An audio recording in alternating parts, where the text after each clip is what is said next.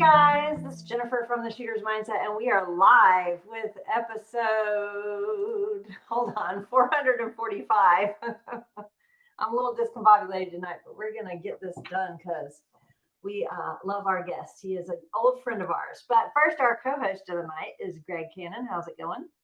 Pretty good. How about y'all? Doing well, doing well. I can't complain. Oh, well, I could, but no one would care, so... All right, and our guest of the hour is Chris Andrews. How's it going, Chris? It's going great. So you've been on the show. We were just talking before we went live. We think that you have been on the show more than anyone else. Yeah, Greg mentioned that in an email or a message or something. I guess I was surprised. Maybe flattered. I don't know. I know. We're gonna have to look back and see how many times you've. I mean, it's got to have been like 4, 5. At least, yeah. Oh no. Well, we do updates because y'all change things. But for anybody that doesn't know you or kind of what you do, can you tell us a little bit about yourself, who you are, how you got into shooting, and kind of what you do now with shooting? What I do now, yeah, sure. Well, I'm an engineer by kind of education. Went to Purdue and got my engineering degree after growing up in Indiana. And my full-time job is in professional motorsports. Worked for 4 different NASCAR teams over 22 years. Currently work on the Lexus IMSA road racing program. I'm actually doing this show from the Siebkens Hotel in Elkhart Lake, Wisconsin, where we're testing race cars for the next 2 days. And my second full-time job, after being a competitor for 6 years, became the match director of the Mammoth Sniper Challenge in 2019, working with Tim Jensen and everyone at Grunt Style. And so that was 2019. We're going into 2025. So I think at this point, I have been match director now more than I have been a competitor. So that's like, like tipped the scales now. You went from being tortured to torturing others. Yeah, I don't really think of it that way, but that's kind of the way it ends up. Yeah. Yeah. Basically. No, it's fun. So, tell us, so number one, Mammoth has had a lot of changes, but just in case someone has not heard of Mammoth, because I still have people that I'll say something about, Mammoth Sniper Challenge, mainly people not in the shooting or not in long range shooting community. Yep. And they'll be like, well, what's that? And it's definitely different than PRS or any of the other sports, even though it's definitely different. Yes. It's definitely different. So first, can you tell us kind of the history of Mammoth and what it is? Sure. And then tell us kind of how it's changing this year. Sure. Mammoth was started in 2011 by Joe Harris as the match director and owner. It started at the Rockcastle Shooting Center, which doesn't even exist anymore. And it started off as a long-range sniper competition. In 2011, there weren't many of those at all. And it was a lot of military competitors, some civilians, and it was a tough match. Joe always said, this is a tough match. That was the thing he said to start off the weekend to scare everyone. And it scared me as well when I did it. I started competing in 2014 with Scott Whitehead, who's also my partner in Best Targets. And Scott and I competed together in 2014 through 2018 at the 2018 Mammoth at the Arena Training Center in Georgia. Tim Jensen was there, and they announced that Grunt Style had bought the event. And soon after that, I was bugging Tim to find out more about the future. And then I became part of the future when they asked me if I would be match director. At the time, Scott and I had done 6 in a row, I think. And there was only a handful of people that had done that many at the time. So and he's still doing them.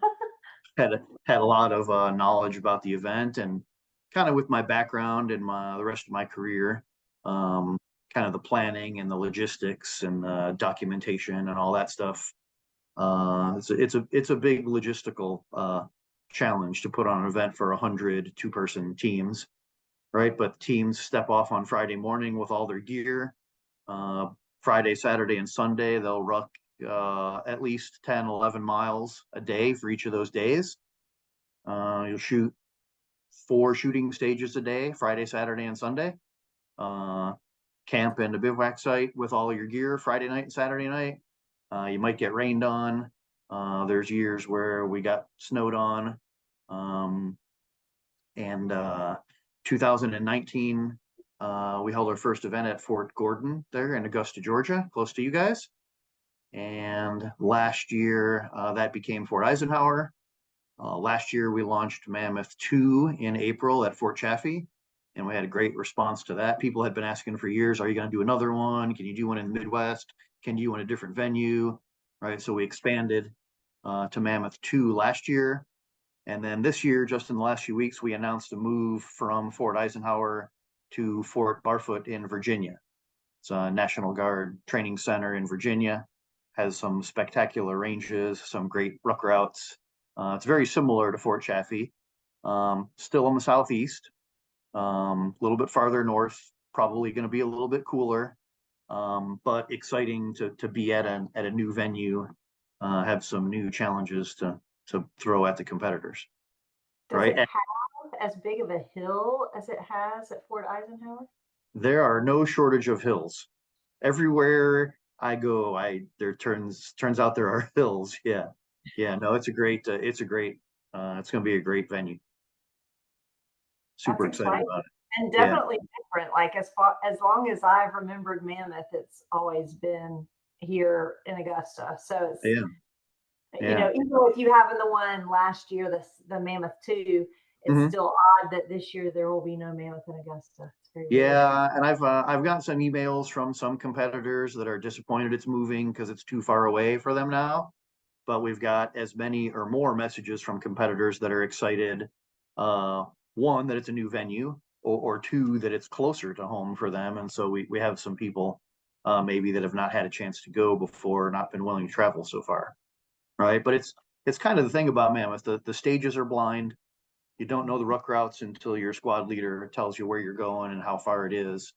I remember shooting a couple mammoths at Rock Castle, and after 3 or 4 times, you kind of learn the lay of the land. There were a couple that I shot at Arena. You kind of learn the layout there, right? We had been at Fort Eisenhower for 6 events, and there were some people that had kind of like learned the lay of the land there and knew what to expect, right? Fort Chaffee, Mammoth 2 this year was expect the unexpected right now, and Fort Barfoot, like clean sheet of paper, like blank canvas. Nobody knows what to expect until they get there again, which is part of the event. That, I mean, it's a big part of it. I always, you know, I did Mammoth one year, and I remember thinking, well, these other people that have done it before, like they know they know when they start out on, well, you did a good job though of changing it, right? You didn't We just tried. Yeah. But if you're there, there's only so much, you know, there's only so many ranges. You start Mhm. to kind of learn, like, oh yeah, there's a tricky wind here, or there's a Mhm. hill, you know, back in there. So you did a really good job of rotating it around. But I do think it is good. As much as I hate to see it leave Augusta, I do think it's Yeah. good if you let it move around some, and you know, maybe you can come back in a few years when all the Yeah. young guys doing it haven't seen Augusta. But Yeah. I know there's a lot of work going on at the ranges at Fort Eisenhower over the next few years, and there will be some new things there. We're not against coming back someday. So yeah, looking forward to doing something new. And we still get questions, you know, even with Fort Chaffee in Fort Smith, Arkansas, we get messages on occasion. Are you ever going to do one out west? Are you ever going to do one on the West Coast? Right. I would not say no to that. Should find the right time and place, and you know, yeah, grow I mean, slowly. I remember when Tim and Grunt Style were getting Mammoth, and that was like I mean, it was a big buzz. I remember, and that Yeah. was what, Yeah. 6 ago. That Let me was see, 2019. 2018. Yeah, 2019 was the first grunt style event. Yeah. So we heard about it probably 6 years ago, because I think it Yeah. was like the end of a Mammoth that they said, hey, you know, we're buying it and it'll be different next year. So Yeah. This year is the 15th anniversary, the 15th year of Mammoth Sniper Challenges. And it's been fun. I've been kind of like looking up some old videos on YouTube and looking like digging up old pictures and old stage briefs and scores, and like to see people. The Mammoth I competed in 2014, John Kuckler was in my squad from Steel City Precision. Dave Preston from PRS was in our squad. Clark Kennedy and John Paul from JP Rifles were in our squad. And that's like 11 years that I've been doing this, being a part of it, and meeting those people. So yeah, a lot of fun. I wonder, is Scott the person, how do I say it? How do I ask the question? Is Scott the longest running, like has done the most mammoths? Scott Whitehead is now the longest running continuous competitor and the person that has done the most Mammoth Sniper Challenges in the history of the event. Yeah. And he finally won one at Fort Chaffee this year. I had to see that. I know that was good. Yeah, that was. Oh, that is great. Let's see. Do we have any lives, Greg? We do. We I have. feel like the mammoth shows always get a lot of viewers. So Yeah. So for one, legendary RO, Mr. Eric Lumberg said, "Hey everybody." Oh, great. And then back when we were talking about people complaining about the distance, Yeah. Ed said, "Too far away. He's thinking about coming from Australia." Well, yeah. I guess he can make either of them then. Mm-hmm. Ooh, and Heidi's in the comments saying, "Hey to Chris." Oh, hello, Heidi. And Robert said he made a recommendation of Fort Stewart in Georgia for hosting a Mammoth at some point in time in the future. Yes. We get suggestions throughout the year. I kind of have like a running list of places to visit and check things out along the way. There's a lot of opportunity out there. Yeah, that's what I've heard. I've heard that's a pretty cool place. Yeah, I have visited places in Colorado, Nevada, Texas. We've tended to stay on military type installations, 2 National Guard training centers now, but places that a lot of people don't typically get to shoot, right? So it kind of makes a bit of a destination event as well. Yes. Right?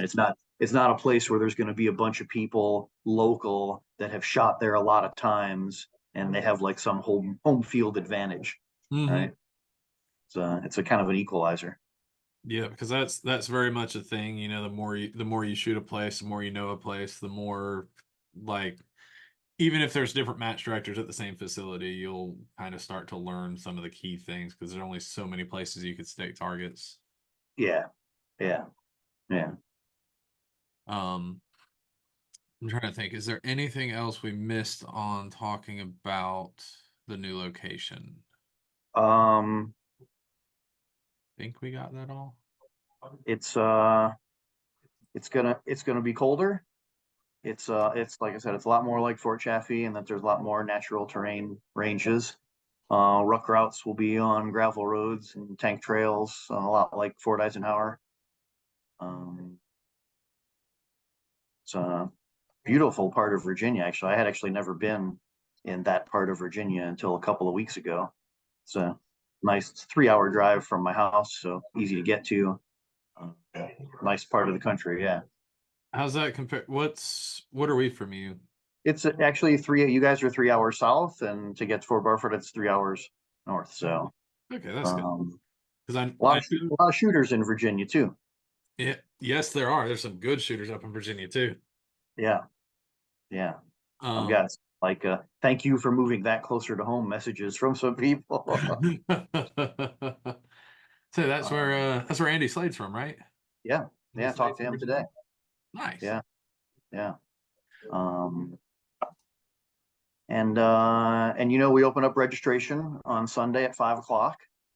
This past Sunday, I guess 48, 49, 50 hours ago or so. You asked before we signed up, right? What's that? Nobody signed up, right? Nobody signed up. With the new venue, one of the questions we had was, oh, it's a new venue. What if people hesitate at that, or what if people don't want to travel to a different location, or that we're 50 hours in, 95 of 100 team slots are filled. So it's not a record for us. I think our record is like 47 or 48 minutes, right? But in basically 2 days, the 100 team match is full. Right. You heard that, James. If you're coming from Australia, you better get signed up fast. I bet Yeah. you'll out by the end of the show. By the end of the show, it will likely be full. Yeah. All right. And speaking of that, we're about at the midpoint of the show. Remember, if you're watching us live on Facebook, ask any questions you may have in the comment section of the video. We'll ask it live on air. Other ways to catch us, you can always check back on the Shooter's Mindset Facebook page. The videos stay up there forever, and we usually upload to all the podcast apps the night after the show. Then finally, everything eventually ends up on the Shooter's Mindset YouTube page, so that's an awesome place to look up however many episodes we have had with Chris and of Mammoth Sniper Challenge just in general. There's a lot of Mammoth Sniper Challenge content on YouTube now. Oh, you guys have some of the best. Tell us about the videos that you guys put out for the match. Video we just posted about 2 weeks ago. It's a summary of the Fort Chaffee event. Was done in-house at Grunt Style, and includes a lot of interviews with competitors, kind of seasoned competitors and some new competitors, civilians, military. You see a lot of the shooting stages. You kind of get an idea for what the rook routes look like. The videos are a great education for first-time shooters. They're also good reminders for seasoned competitors of what to keep in mind or what might happen. But we get a lot of messages from first-time competitors or potential first-time competitors who are thinking about it, but like they're intimidated or not sure if they're ready. And I refer them to a lot of the YouTube videos. The ones that Grunt Style has put out are really solid. There's a lot of after action reports from competitors on YouTube, a lot of like gear breakdowns, gear summaries you can find on YouTube. It's not an event that has I've been asked before, is there a gear list for Mammoth, right? And the gear list is whatever you want to carry for 3 days is the gear list. Like a bicycle. So, yeah. Well, you could, if you wanted to carry a bicycle for 3 days, you could. You cannot ride the bicycle. We had some competitors show up with one, yeah. 2 actually, and I told them, like, if you want to carry that thing for 3 days, you're more than welcome to carry a bicycle. But it's not the Mammoth Sniper Challenge biking and shooting event. It's a rucking and shooting event. Okay, but just so you know, I would 100% shoot a biking event. You would do that, yeah? I would do that. I would shoot the first one no matter what. Like, you have my word. All right, I will put that in my notes, something to consider in the future. But yeah, the Grunt Style videos are awesome. A lot of the videos competitors post are awesome. A lot of Mammoth content on YouTube, right? Going all the way back, I found to 2011, 2012 or some, like, I hate to call it vintage Mammoth stuff, but there is some cool stuff out there. And so how about it's on the Best Targets website is where there's after action, like there are after action reports spanning probably 7 or 8 years on the Best Targets website, beststeeltargets.com. There's a team page there where Scott Whitehead and I, and then Joe Burdick and Scott Whitehead and Brandon Lindsay, Scott Whitehead and all of his partners have written AARs there. So there's a lot to learn there. Sean Murphy and Greg Hamilton, 1-2 years in a row, they've written some great AARs. A lot of gear reviews out there. It's not, Scott Whitehead mentioned in this year's video, until you do it the first time, and even Brandon Zelensky said, you have to go do it. Mm-hmm. Like, you have to sign up and you have to compete 1 year to even realize what you're getting yourself into. Mm-hmm. Right. And then after the first year, amen, you kind of get it. And then the second year, you're really, can be prepared. The first year, you're preparing for the unknown, right? And it's different every year, but like the biggest thing is to be flexible with your gear, be flexible with your stage planning with your partner, and be able to like adjust on the fly throughout the stages, right? Because you don't know what you're going to be doing until you get there. and then it's probably not going to look like you expect it to look like either. Yep. And even if you shoot a year and you're like, oh, I have the list of these unexpected things that Chris is going to do, I guarantee you the next year they're going to be different unexpected things that Chris is going to do. Yeah, yeah. I've talked to some competitors, and Jason Chris is now one of our staff members. He and I had talked over the year that in past mammoths, there was kind of a pattern of like small target years or like longer distance target years, or like some years were more positional and some years were more prone. And it, you know, if you paid attention enough, you might have noticed like some of those cycles. And so because of that, I've tried really hard to make it completely unpredictable. Yeah. And you know, even if you could predict, you know, oh, they're going to be far, they're going to be big, they're going to be small, but like, who's going to be like, oh, I'm going to start the stage with my legs zip tied together? Yeah, Fun stage. that was that was a great stage, and I don't know if Rob is watching. He would want me to tell you the story if he was.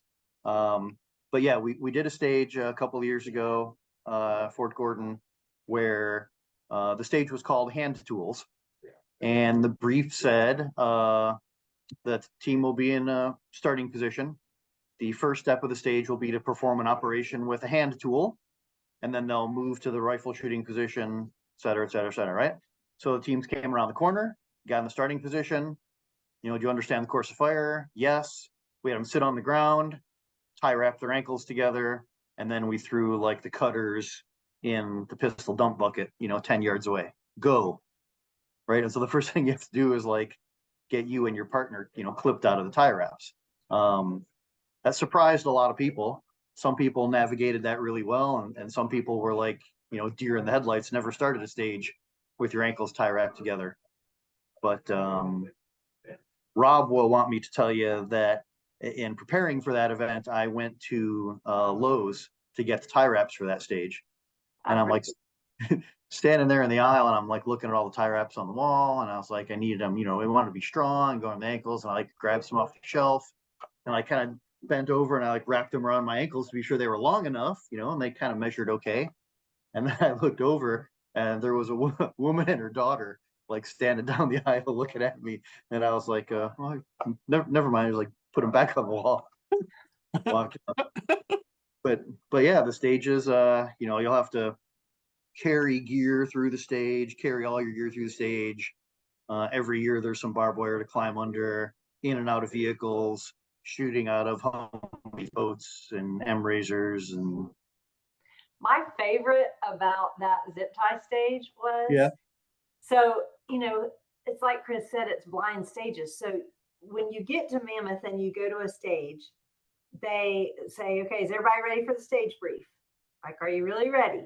Because they literally will read it 2 times and that's it. And you have to retain it. And you're like, well, okay, I mean, no big deal. You tell me something twice.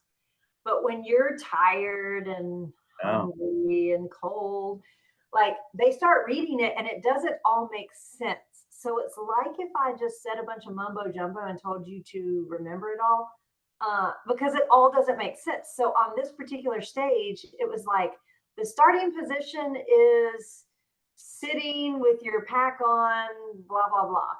And then it's like at the engage, you know, shooters will obtain an unsaid object, I don't remember, or an unidentified object in the bucket. And we're all like, what? Or it might have said a tool, or anyway, it said something. So you're like, what are they talking about? You know, and then it tells you what else to do for the stage. So the stage is on the other side of the building and you can't see them. So people start shooting. And if you're not the first or second shooter, you're like, what is that tool? And the more you think about it, the more confused you get.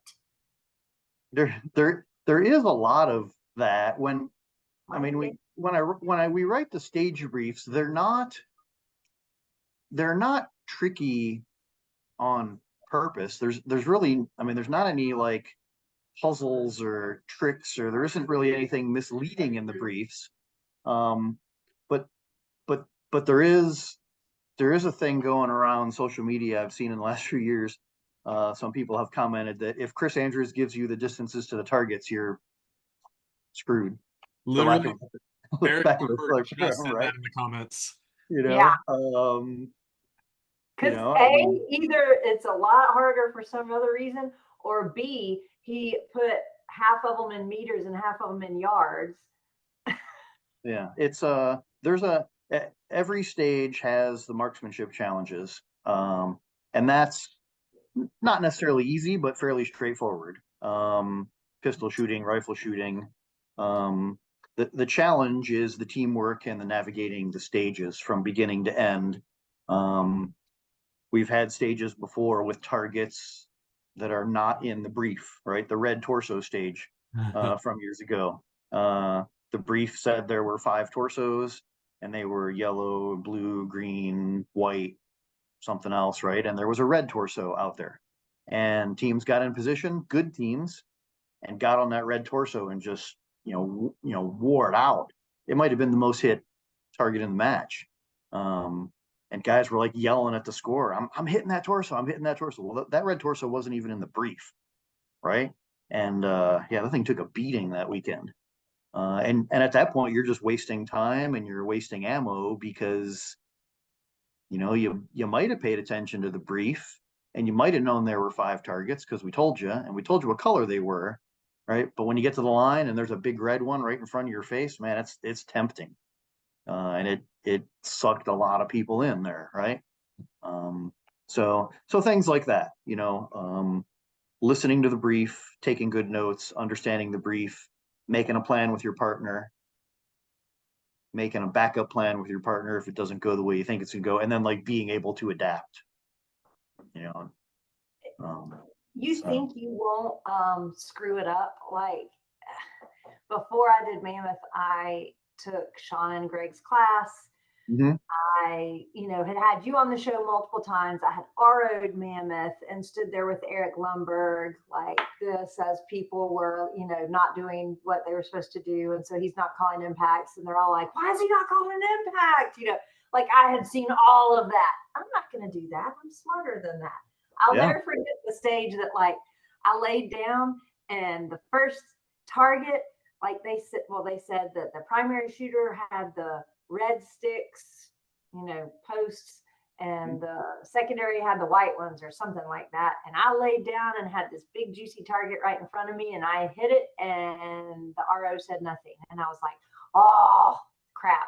Like I knew as soon as they didn't say anything, I knew what I did, but I didn't think I would get tripped up. But it's so, when you're on the clock and you're rushed, it is so easy to do, and it's a lot of the fun of Mammoth.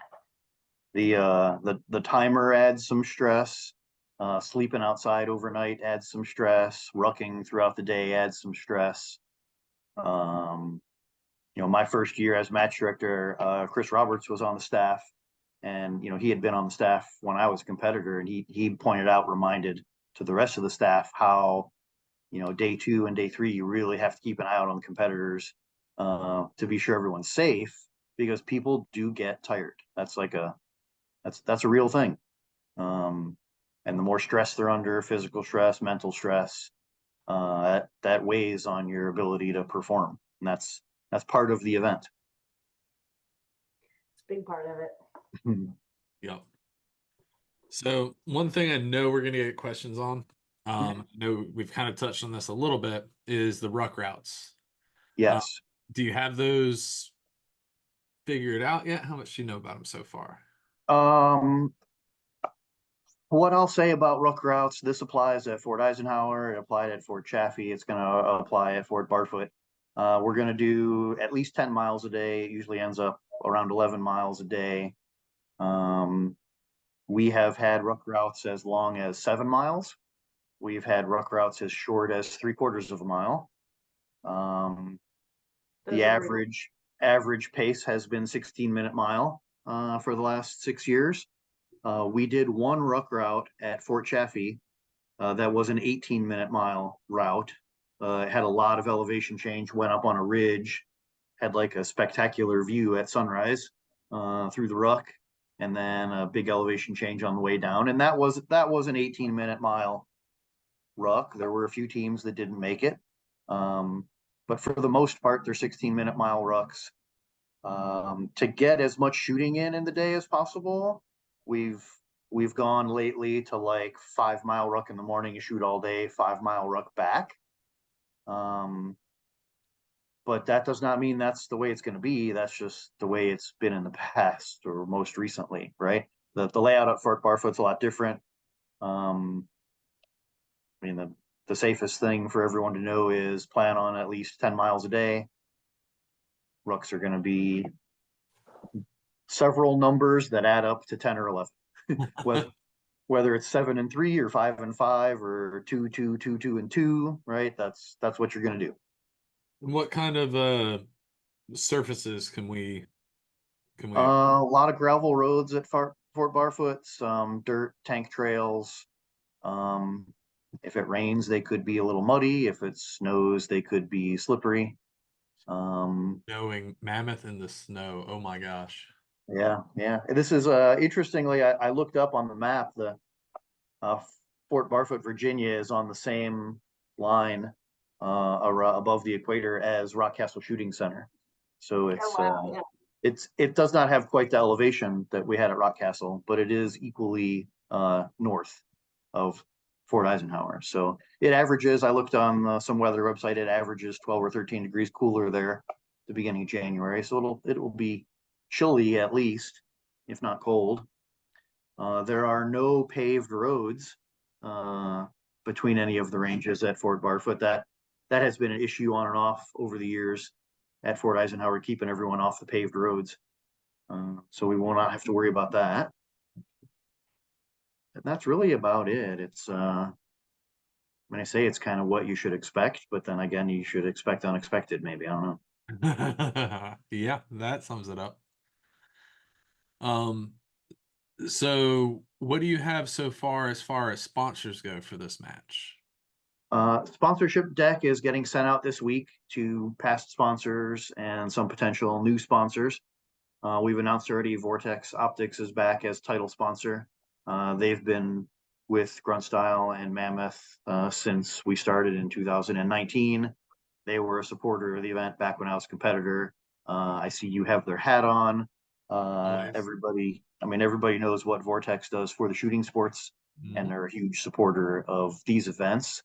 I've talked to a lot of other returning sponsors already. The Capstone Precision Group and Burger Bullets, their whole group, are already back on board. Marathon Targets will be at both events again next year. Everyone's enjoyed shooting their movers for the last few years, and you see them at some other events. MOS Tactical has been a prize table contributor over the last few years. They're based in Virginia. I think they'll do a little bit more this year. So in the next few months, there'll be a lot of sponsor announcements.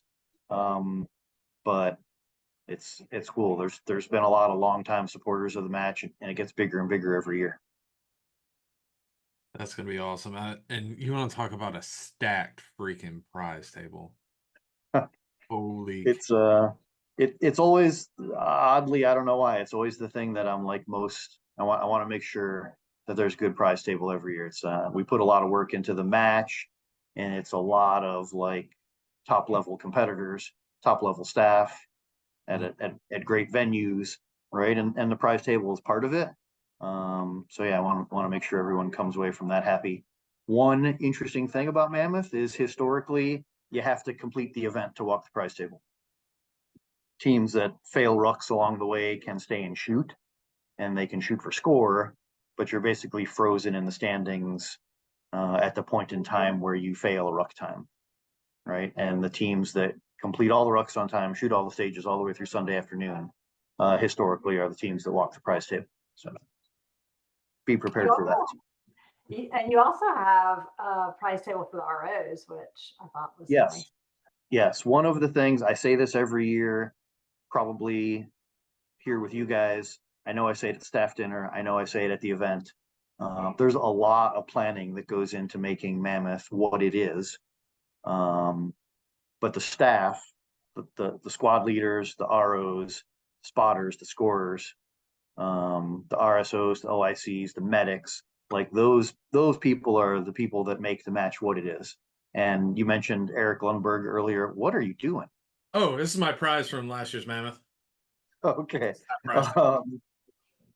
Yeah, but I- the staff, the staff is what makes the event what it is. It's what made the event what it was when I was a competitor, right? Even though you don't like it when you miss targets or you shoot the wrong target and they don't call a hit or something like that. Those are the people that make this match what it is. You mentioned, like I said, Eric Lundberg earlier. The guys from CR2 Shooting Solutions will run a stage again this year.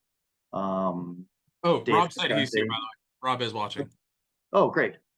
The staff every year at the first staff dinner on Thursday night, I look around the room and I'm like, what a spectacular group of people that put this event on. Everyone comes together for a couple weekends a year to do this. I've made a lot of really good friends over the years. I stay in touch with staff throughout the year.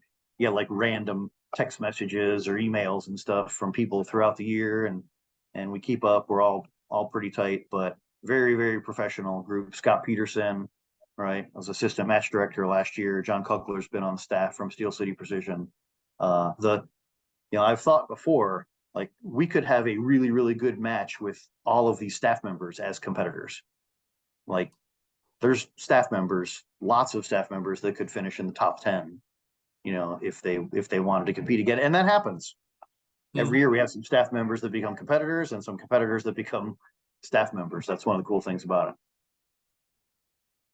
I think that's what makes them good staff members, is that they are shooters. Most of them are Yes. shooters, and they know, and they've either done it or been around it enough, and they've shot their own matches, even if it wasn't Mammoth. So they understand what it is. It's also a great way for people that want to compete to learn about the match. Like I said earlier, until you do it the first time, you don't really know what you're getting into. But every Mammoth, including Fort Chaffee this year, we had some staff members come down from Canada that are going to compete this year. And they came down to be on the staff at Fort Chaffee because they knew that was an opportunity to see it and understand it, and see everyone's gear, see all the stages, see everything goes. And that's really good insight to come back and be a competitor the next year. Yeah, I mean, I've been a staff member for 3 years, I believe. And you're ready to compete now? So, I'm working on the whole healthy thing. We'll see about the walking that far. Again, if I could ride my bike, Yeah. I'm in. Yeah. It's a great education. Yes, it really is. Like it won't prepare you to walk, Right.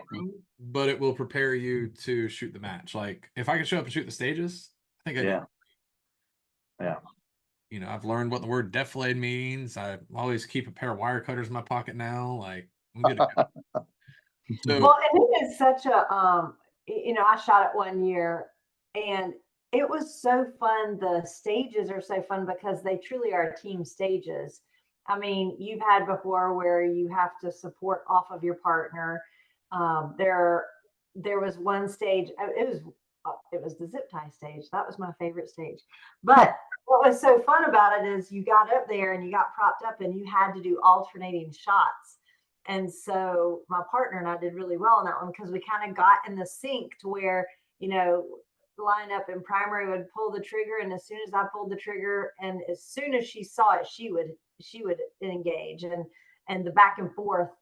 You just really had to work together. And then there was the stage with the no shooting stage, that you're not shooting, you're just finding target identification and ranging. Yeah.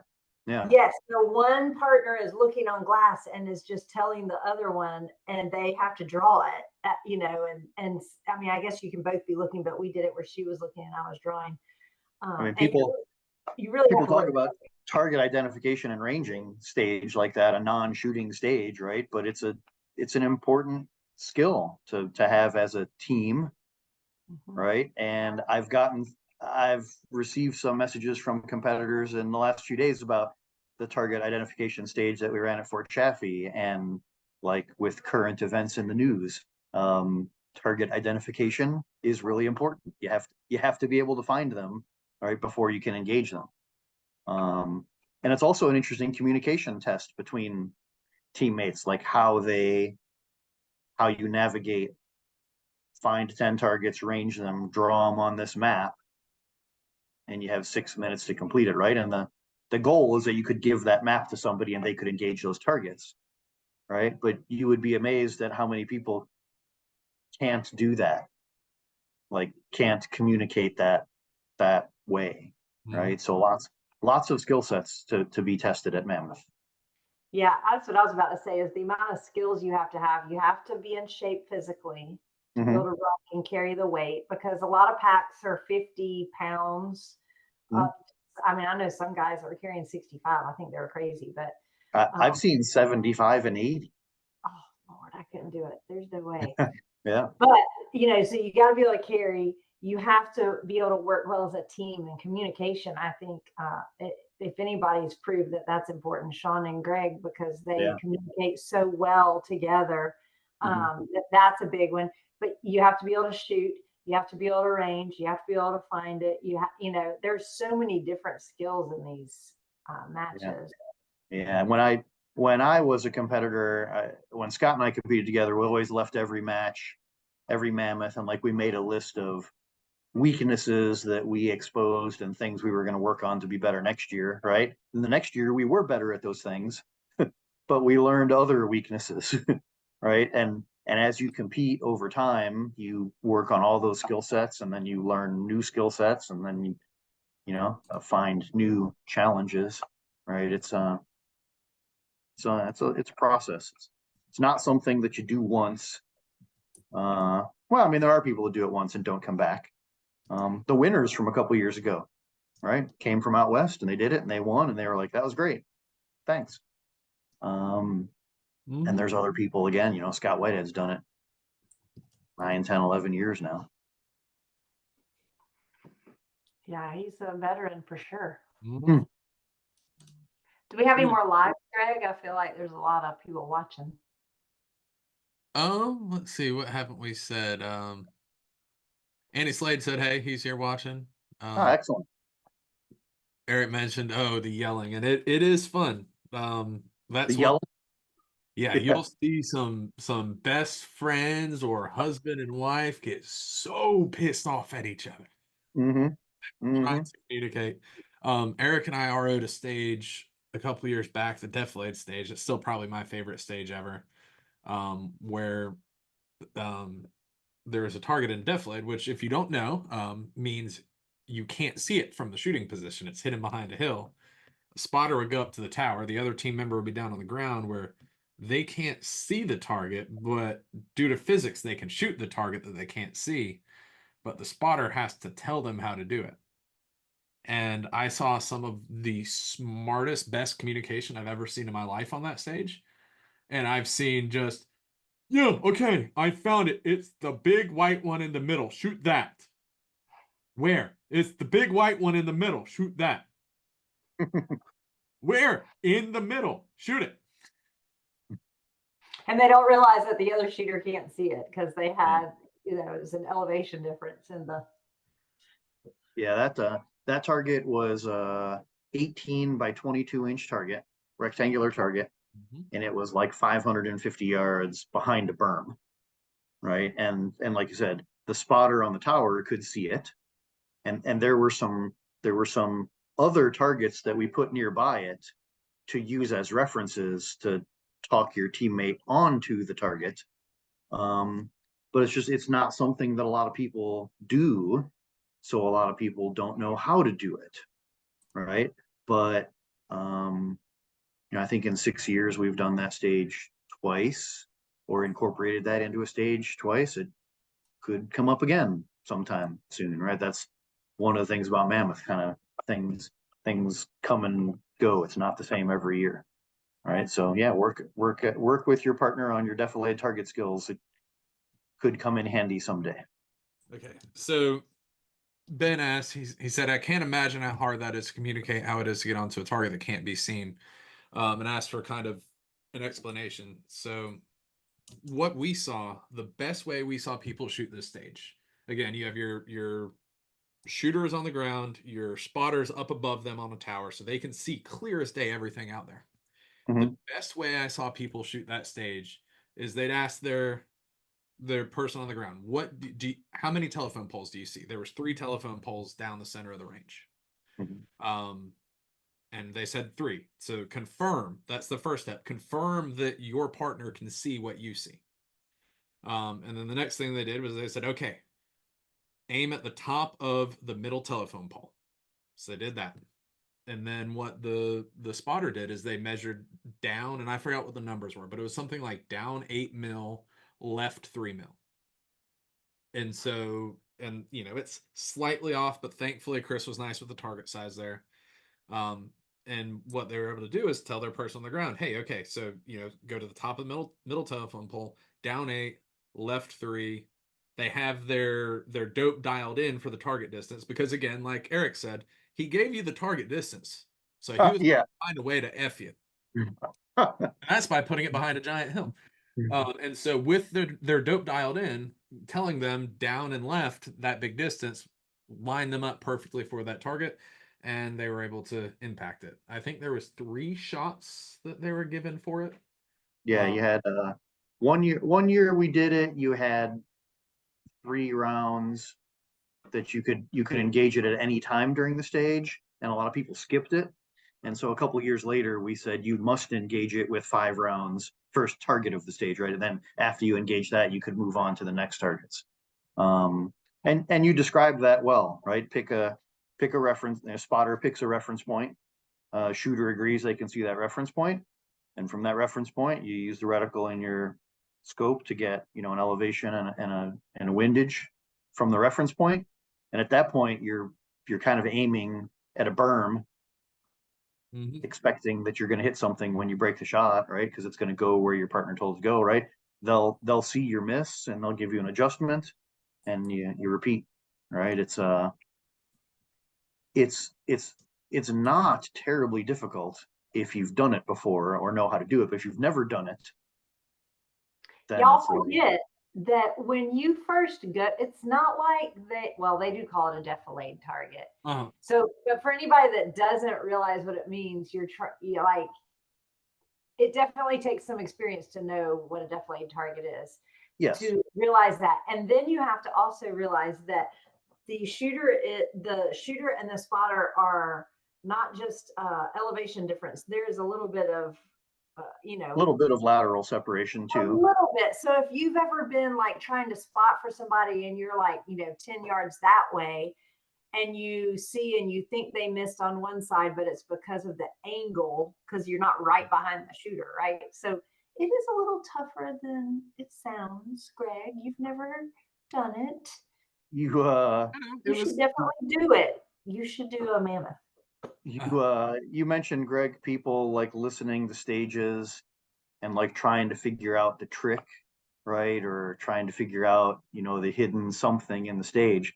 That defilade target stage, I'll tell you, the brief said specifically, shooters start here, 1 moves to a prone shooting position on the ground, 1 moves to the top of the tower, team together engages defilade target, et cetera, et cetera, et cetera, right? A really good team, sent the shooter to the prone position, and the teammate went and stood right next to him with the tripod and spotting scope up on a tripod. All right, they couldn't find the target. And the brief said specifically 1 shooter goes to the prone shooter, 1 shooter goes to the top of the tower. And they I wasn't there, but I heard the story. They struggled there for a long time. And then I talked to them afterwards, and they were like, yeah, we thought that was some kind of trick when you said go to the top of the tower. And I was like, no. It said go to the top of the tower. That's how are you gonna play that on, how's that even a play on words? So sometimes you can get caught up in overthinking the brief, right? Just pay good attention to the brief, take good notes. Sometimes it's targets for primary and secondary shooter by shape. Sometimes it's targets by, are divided up by distance. Sometimes it's targets of different color. Sometimes they have to be shot in a certain order. Sometimes you can call them out, shoot them on the order, that you like.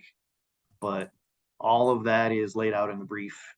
And It's read twice. You have an opportunity to ask questions, and then you have at it. Right? That's part of the challenge is following directions. That's one of the bigger parts of the challenge for a lot of people. Yeah. That's for sure. Big part of life as well, turns out. Yeah. Yeah. Yeah, for sure. Hmm. So are your staff positions filled for the next Mammoth? Are you volunteering? Is that what you're saying? If it was in Augusta, I would probably I volunteer. know. But you I moved sent it far away. we sent the first staff email out this afternoon.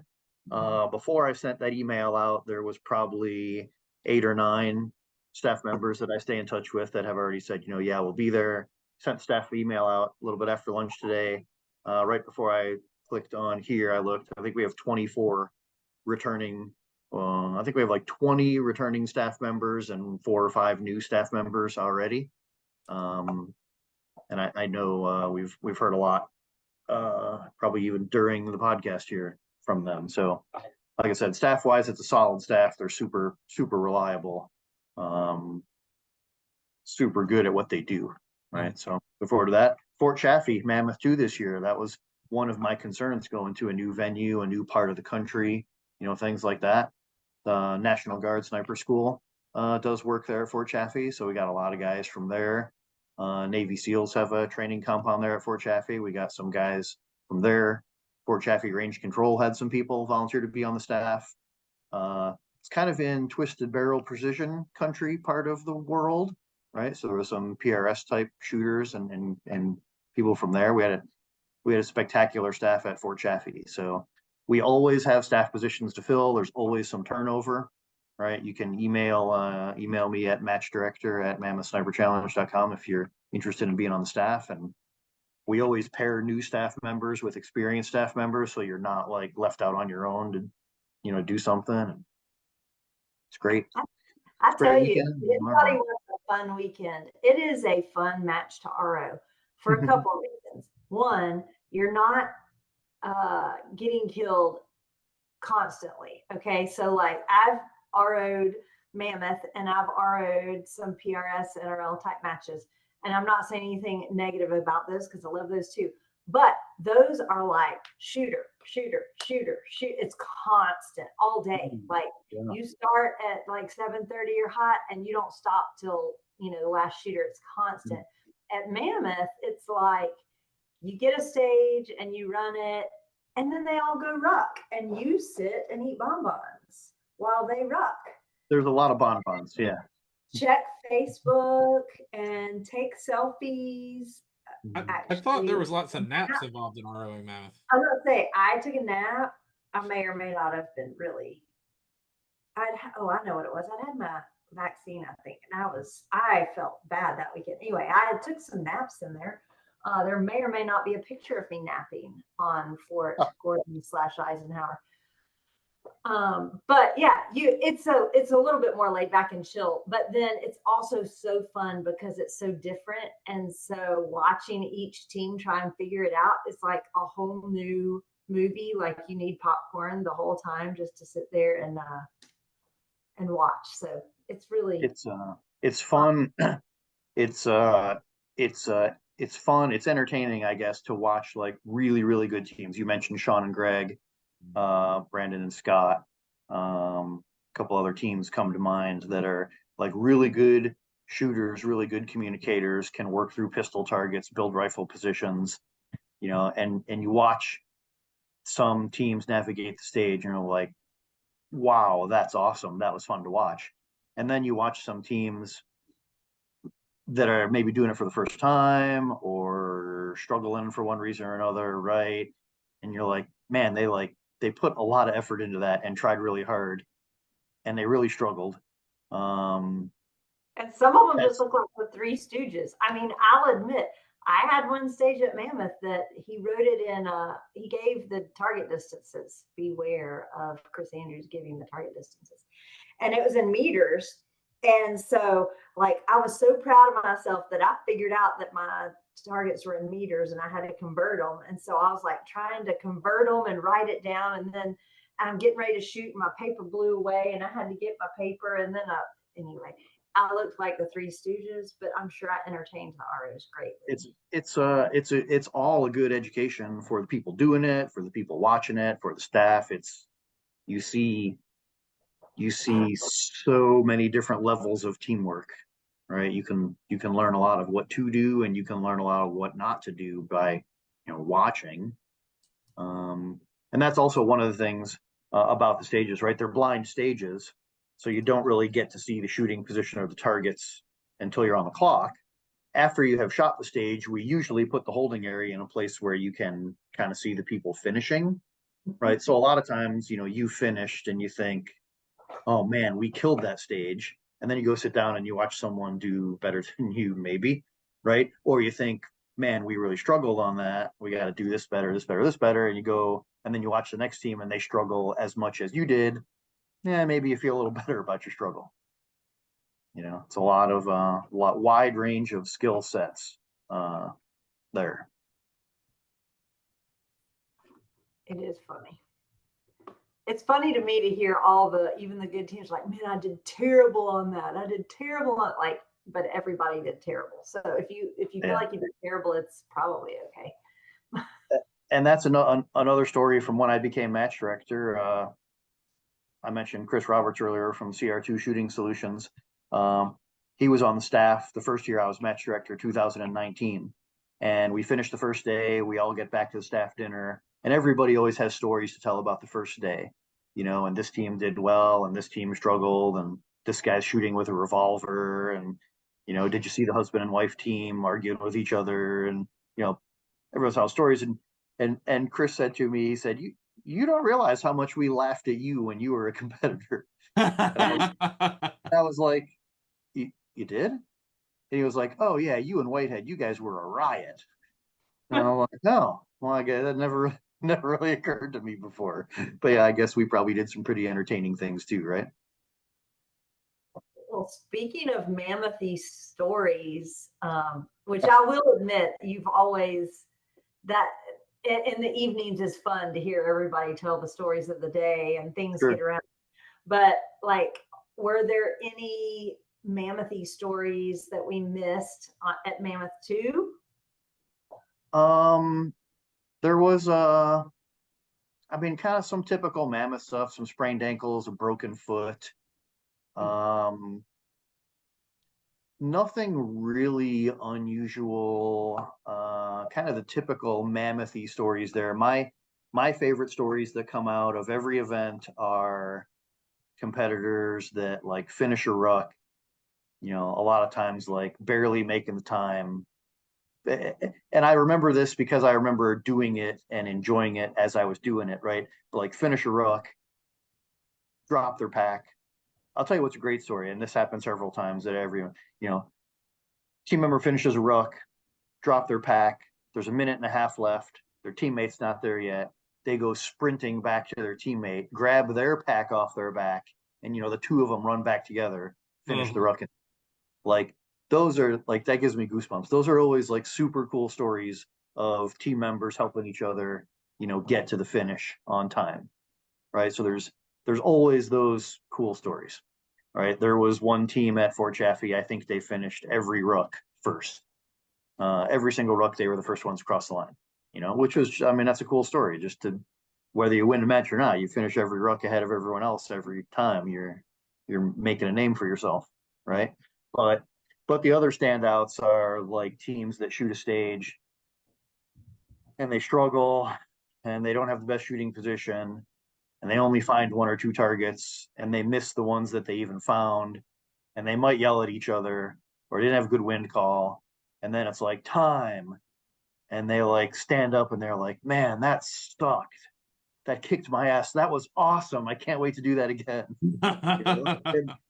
Or teams that finish rucks, in particular the hilly ones, or the end of the day, the very end of the day, teams that make it to the end of the day, and they're like, oh, I don't think I can make it to tomorrow, but that was awesome, and I can't miss tomorrow. I got to make it tomorrow, and they do. They show up the next day.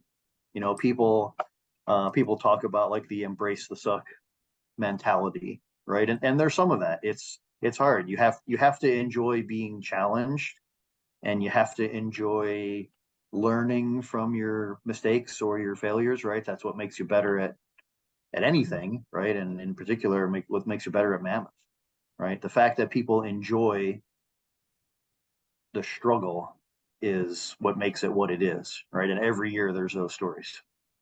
There's always people that get blisters on their feet and they tape them up and they keep going, and then they get more blisters and they tape them up and they keep going because they're not going to quit.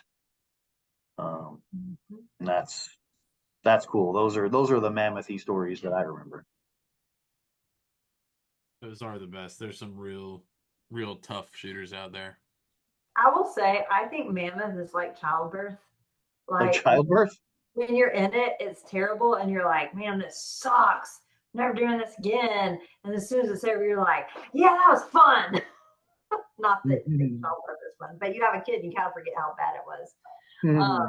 But I do think that there is something very rewarding about participating, and making any small goals throughout the weekend is definitely a different type of thing than you get anywhere else. I'm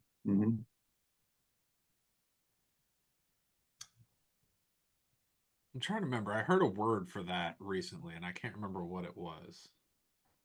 Mammoth specific word, or no, not Mammoth specific, but that kind of adventure or that kind of experience that sucks, and you can't wait to do it again as soon as it's over.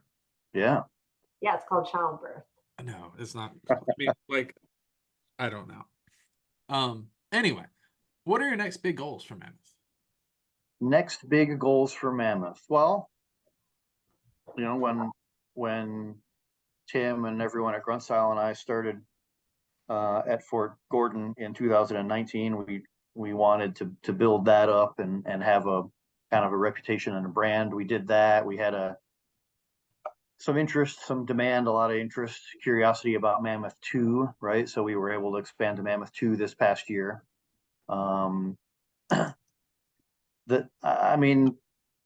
The next goal could be a Mammoth 3, right? Some people have inquired about like a series and a championship and things like that. I don't know if the team shooting sports are ready for something quite like that.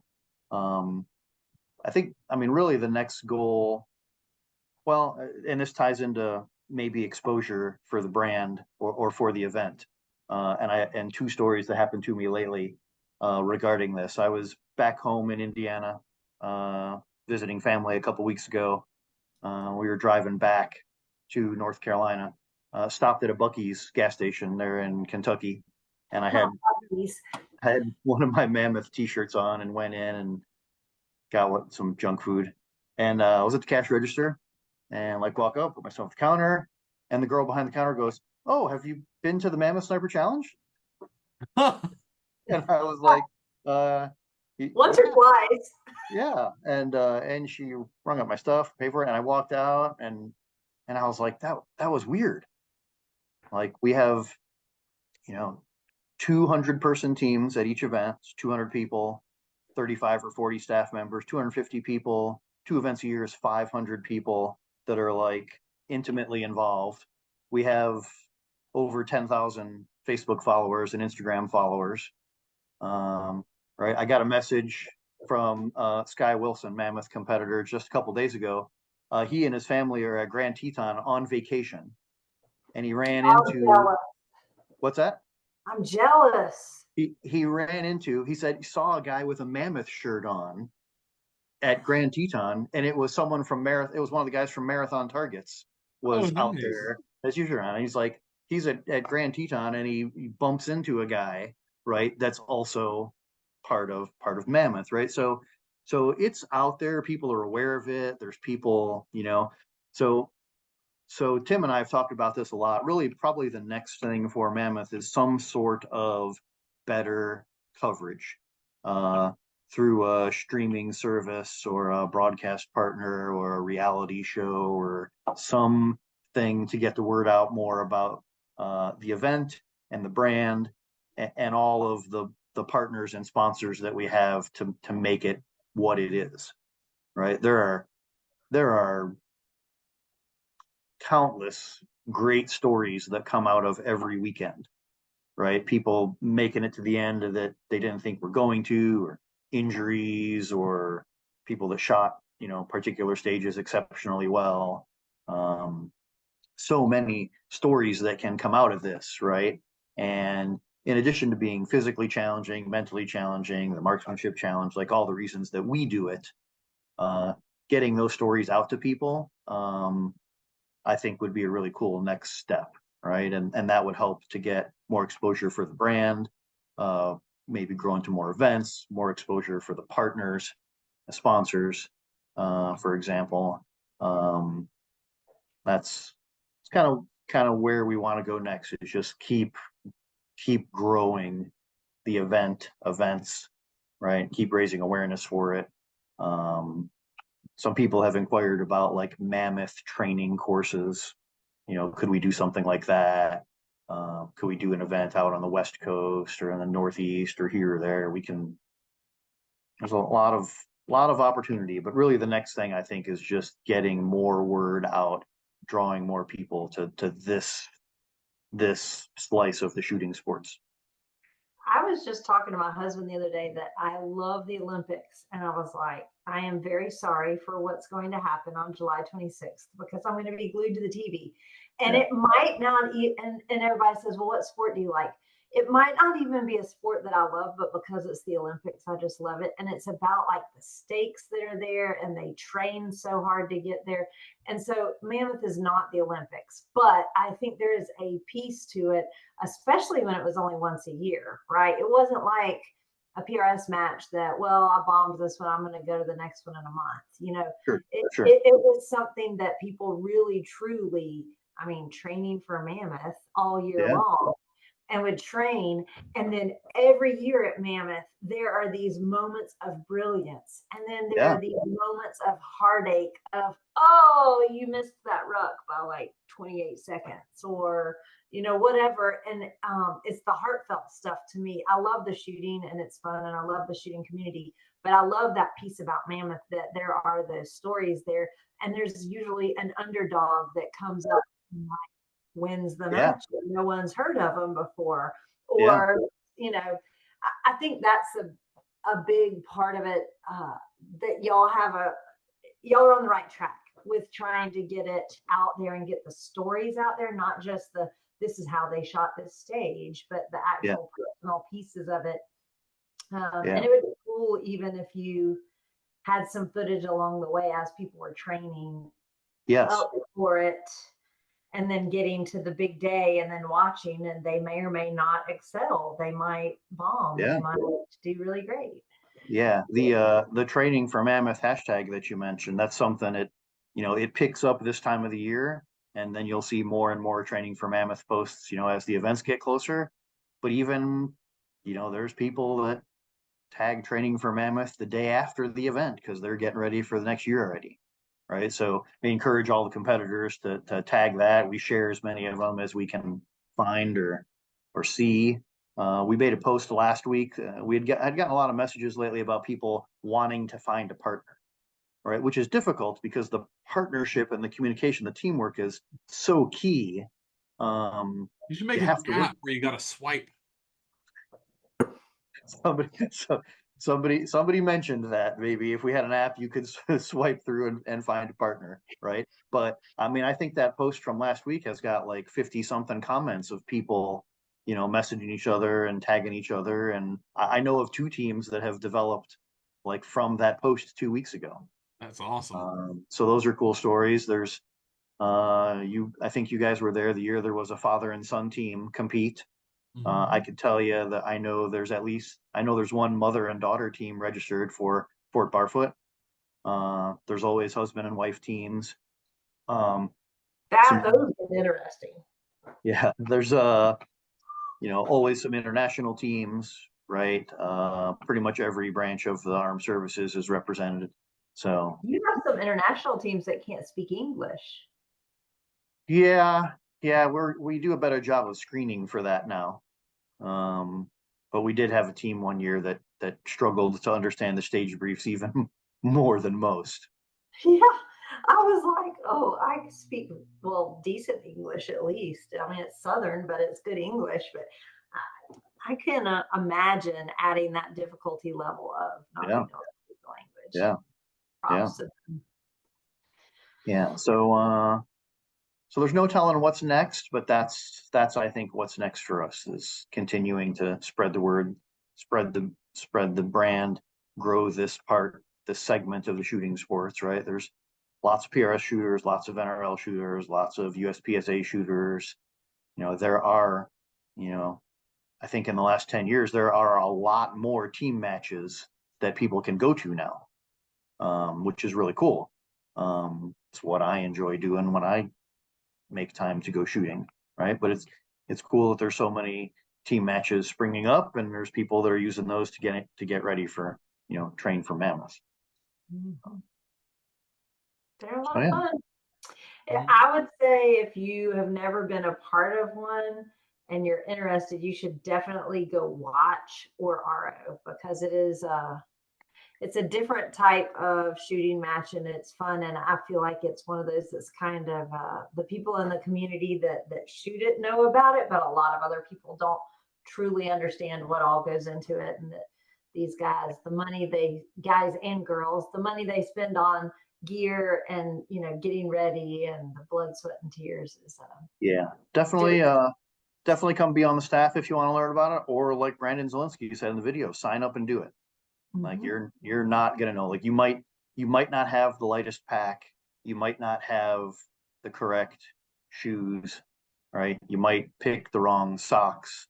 You might carry a tent that's too heavy, right? You might bring not enough ammo, but until you do it, you won't learn all those things, right? And then over time, you kind of hone your gear um, to to have what you need and nothing else, really, because And everything else is just extra stuff you're carrying. I would say if you're interested in doing it and you don't have the intel or you feel like you don't have enough of it, to definitely jump on some of the Facebook groups and ask questions because there are so many people out there. I mean, you can reach out to me. I did it one year and I know I'm not as in good a shape as everybody else, but I did have my gear and I knew what I needed to do with that piece of it. But there's a lot of people out there that are willing to help. Brandon Zielinski, you mentioned him. I know if anybody messaged him and said, "Hey, man, I'm interested in Mammoth," he'd be like, "All right, this is what you should try these things." Or he Yeah. would definitely Scott, Greg, Scott, and yeah, Scott Whitehead's a great ambassador for the sport. I was talking to him earlier today, and he was telling me about talking to someone that's a first time competitor that he's been given some pointers to and gear suggestions and things. Right? I mean, it's a tight knit community, and everyone wants to see everyone do well. Everyone learns from each other, right? And Alan Jaworski's coming back to compete this year. He took the last year off. yeah, And I've seen some of his posts. He's training some with his son. Maybe they'll compete together, someday. But yeah, if you haven't done it, it's worth doing. It's for me, the last year, second last year, 2017. 2017, I was 47 years old, and that was the best shape I probably have been in my life when I finished that Mammoth at Rockcastle. Um, it's a fitness journey for people. It's a marksmanship journey. It's a bucket list item. Mhm. Um, so it's a lot of. I've learned over the years as competitor and then match director that Mammoth it is different things for different people, and it does different things for different people. Right? Everybody comes away with something different, right? And everyone keeps coming back. It's great. That's right. Greg, do we have any more live questions, or are we good on those? Ooh, I just had one more. Jonathan asks if you're allowed to use kestrels in the match. Yes. Yes. The gear limitations are caliber. Um, Secondary shooter has to shoot 223 or 308. Primary shooter can shoot anything up to 30 caliber and below 3,200 feet per second. No magnum calibers, no magnum bolt faces are allowed. handguns must be 9mm or greater. And we send out a question and answer document to all the competitors about a month out of all the questions that have been asked leading up to the event. And they're Including, can you bring a bicycle? including, can you bring your bicycle, right? How many magazines should I bring? You're going to have to do some mag changes. You're going to have to do some reloads. You could bring 2, you could bring 5. That's up to you. Should we bring a tripod? Some teams bring 2 tripods. Some teams bring no tripods, right? There are teams that shoot well with 2 223 rifles. There are teams that shoot well with a 308 gas gun and a 6.5 Creedmoor bolt gun. There's teams that shoot well with 2 gas guns, 2 bolt guns. It's a caliber restriction, and that's it. And the gear is limited to whatever you're willing to carry for 3 days. You have to weigh your comfort and how much weight you want to carry. Yes. A typical first-time competitor mistake is packing too much. How many pair of underwear do you need for 3 days? That's a question everyone's got to answer for themselves, right? We publish a round count 30 days out. That is how many rounds it would take to score every point on every target on every stage, plus some additional for the unlimited round count stages. And that's a projected round count, right? Some people carry that much. Some people carry less because they know they're not going to engage every target. Some people carry more just to make sure they have dumping ammo the last day because they don't want to have to carry it. Yes, yeah. And that's one of the interesting things about the event every year is to see who has what gear. Who's using what Eberly stock pack, who's got the latest Vortex this or that, or red dots on pistols 6, 7, 8 years ago were not that common, right? But pistol points are relatively easy points. A lot of pistol shooters with red dots now. It's not required, but for the amount of points it helps you score and the amount of weight that it is, it's a pistol, red dot is a pretty good idea in 2024. I hear a cool thing that's trending now is bringing the bolt for your rifle when you have a to all the stages. Yeah.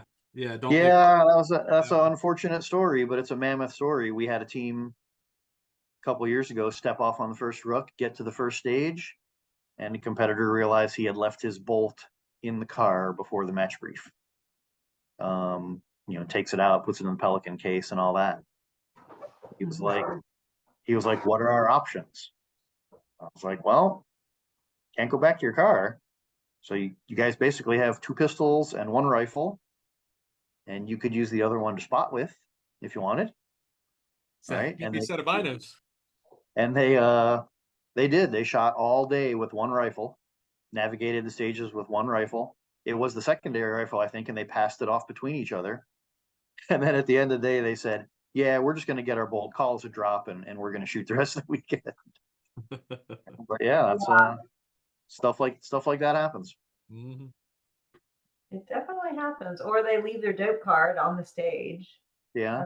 Abandoned gear is a thing, right? That's kind of a story every year. Once you are finished shooting stage, you sign your scorecard, you leave the stage, and the next stage moves into the stage. If you've left anything behind, at that point, that's abandoned gear and you get it back after the match. It reminds me of like middle school when you had brought stuff you weren't supposed to and the teacher took it away. It was like, you'll get to the end of the year. I mean, we don't take anything away from anyone, but if you leave something behind, it's left behind and you're not going to have it anymore, right? A team last year before at Fort Eisenhower might have been the first stage of Friday. Finished the stage, signed their scorecard, went to the post area, finished the stage, rucked to the next stage, I think, and then realized they had left their laser rangefinder behind. And they had won as a team. Oh, that's terrible. And they spent the rest of the match shooting the known distance targets and trying to mill outrange some other targets or talk each other onto targets, right? But perhaps a valuable lesson in there, have 2 rangefinders. That's Right. a pretty important piece of equipment there. If your rangefinder quits or it gets left behind, right, that's pretty key.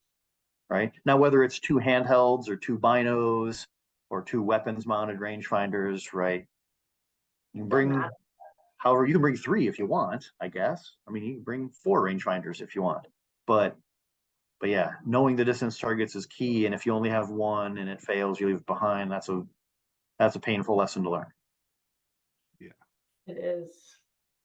It's very, to me, it's fun to see the different strategies and like you said, the different, who has what gear, who chose to do it what way, because there are so many different ways that you can do it. I mean, if you go to a PRS match, everybody's got PRS rifles that are pretty, I mean, they might be different brands, but they're pretty similar, right? And when you go to Mammoth, you have everything from gas gun, bolt gun. I mean, it's a very wide variety. So The weapon mounted rangefinder is a good case study as well. I remember, when I was competing, there would be a few military teams that had, the rangefinders mounted on the top of their optic, and everyone else was like, dang, how much does that thing cost? Where do you get that? Who do you got to be to have one of those? Right. And then over time, more and more military competitors had them, and a few civilians had them. And then when Vortex came out with theirs last year and a half ago, this past year, it was like, holy cow, 3/4 of the field has those now. Now, not everyone necessarily knows how to use them or use them efficiently, right? Or have worked it into their methodology yet, right? But kind of like pistol red dots, that's, weapons mounted rangefinders or something that have come a long way in 10 years. Yeah. And they're becoming more and more prominent. So it's cool to see the sport. It's cool to see the sport evolve like that, as the military is evolving and the commercial, civilian markets evolving. yeah, it's evolved a lot in general. All right. Well, I don't think we have any more lives, so I think we can wind it down to shout outs. We usually do some shout outs at the end. Greg, we will start with you. All right. Well, I'll shout out PDC Custom for my favorite beautiful rifle chassis. Hunter's HD Gold, so I can see people missing all these hard to find targets out at Mammoth. And Vortex Optics for always being a supporter of both Mammoth and the Shooter's Mindset. Don't forget about the Active Blue HD Gold. I have Active Blues. They're nice too. Chris, what you got? I've got a good list of shout outs. First, I'll shout out Grunt Style and Tim and Dan and everyone there for helping make all this possible. Shout out Vortex Optics for being with us this long and continuing to be the title sponsor. And all the rest of the partners that you're going to see announced over the next few months, new and old, come back to the event. I'll shout out Fort Eisenhower for being a great host for 6 years. Enjoyed our time there and grew the event there. I'll shout out Fort Chaffee and Fort Barfoot, our 2 newest locations. Both great hosts already and places we're looking forward to. And the last one, 2 last ones, we've already shouted out the staff because they're awesome, and the competitors for selling out 100 team slots in practically 48 hours. Super cool to see the support for the event. It is fun. It's just kind of the Shooter's Mindset. Shout out to the Shooter's Mindset for having me on yet again. I know, it's like the 4th time. This is like we're like the Fast and the Furious. We just keep doing more and more and more of them, right? And that's fitting with the NASCAR. That's funny. Well, so I want to shout you out for spending so much time here and for becoming a match director, because I don't think anybody understands the amount of work and heart that you put into this, but Mammoth really is your baby and you love it. And it's evident by the amount of torturing that you do to people. You're the nicest torturer ever. I'll keep that in mind. No, but in all honesty, you were, genuinely a good advocate for this sport and for growing this sport. You've done so much for Mammoth since you you just asked some questions and then you ended up running it. So you know, be careful what questions you ask. That's the lesson there. So shout out to you for that, and shout out to Grunt Style. We were just in Savannah a couple weeks ago, and I texted Tim and was like, "I'm in your store in Savannah." He's like, "Oh yeah, that's a good one. Enjoy." Like, got some good looking shirts for my handsome husband, and they make them look really good. So shout out to Grunt Style. And in case anybody did not know, if you outgrow them because you ate too much ice cream, you can return them and they have a lifetime guarantee. So Yeah, beer guarantee. Yeah. Yeah, and it's a beer gut guarantee also, apparently. But anyway, so shout out to you all and to Grunt Style as well for all that y'all do, because Mammoth is just a fun thing in general. So if you haven't checked out a Mammoth Sniper Challenge, there's probably one coming to you, because they are branching out and going different places now. So check them out. Really, seriously, go watch. Especially the last day is really fun to watch the ruck teams come in, and and conquer the weekend. So it's fun and uplifting. And so go check them out if you haven't, or go compete for sure. And if you want to RO, reach out to Chris, and he can definitely get you some work in there. But all right, and that will be a wrap for episode 445, and we will see 445. I know, that's ridiculous, isn't it? It makes me feel old. That's a lot of weeks, but anyway. All right, well, we will see everybody next week or next time. I don't know if it's next week or. I think we have one next week. I think we have one next week. We'll see everybody next week. Yeah. I will not be on next week, but I will be on again soon. That's right. All right. Thanks for having me, and we'll talk again soon.